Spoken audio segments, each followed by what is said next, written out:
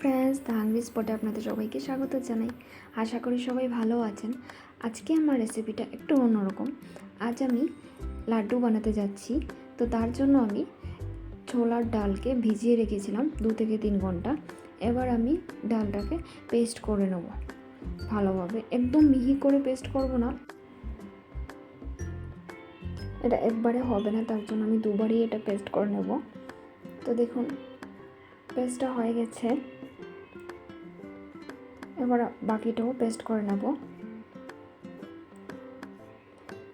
তো টোটাল পেস্টটা আমার এতটুকুই হয়েছে। এবার এতে কিছু মিক্স করব না, এটাই একটা প্যানে তেল দিয়ে একটু একটু করে এগুলো দিয়ে ভেজে নেব। যেভাবে আমরা ঘরে বড়া বা কিছু পকোড়া করি, এভাবেই আমি এটা ভেজে নেব। এটা আমি পুরো লাল করে বা কড়াভাবে ভাজবো না, একটু বাদামি বাদামি কালার হলেই এটা তুলে নেব। এভাবে আমি ছোট ছোট করে এগুলো ভেজে নেব। দেখুন পুরোটা লাল হয়নি, হ্যাঁ 1-2টা হয়ে গেছে। তো আমি এগুলো পুরো লাল করতে দিইনি সবটা। এবার এটাকে ছোট ছোট করে পিস করে ভেঙে নেব, হাত দিয়ে একটু ভেঙে নেব যাতে মিক্সিতে এটা ইজিভাবে পেস্ট হয়ে যায় বা গুঁড়ো হয়ে যায়।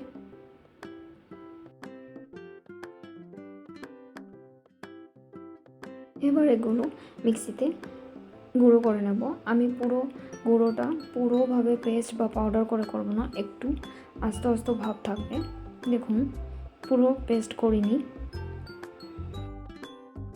এবার একটা প্যানে পরিমাণ মতো জল নিলাম আর দিয়ে দেবো চিনি। চিনিটা আপনারা নিজেদের স্বাদ অনুযায়ী দিতে পারেন। আমি এই ছোটো বোলটা দিয়ে 2 বোল চিনি দিলাম, আর সাথে একটু এলাচি পাউডার, আর আমি 2টা ড্রপ ফুড কালার দেব যাতে কালারটা একটু দারুণ আসে।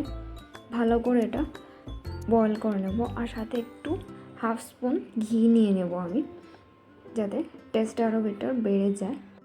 এবার এই ছোলার গুঁড়োগুলো দিয়ে দেবো আমি, দিয়ে 2 থেকে 3 মিনিট একটু ভালো করে, যাতে জুসটা যা সিরাপটা বানিয়েছিলাম এটা যাতে অ্যাবজর্ব হয়ে যায়, ততক্ষণ অবধি আমি একটু লো ফ্লেমে এটাকে নাড়িয়ে নেব। হয়ে গেছে এটা। এবার আমি নামিয়ে একটু ঠান্ডা করে এভাবে বল বল করে নিয়ে নেওয়া।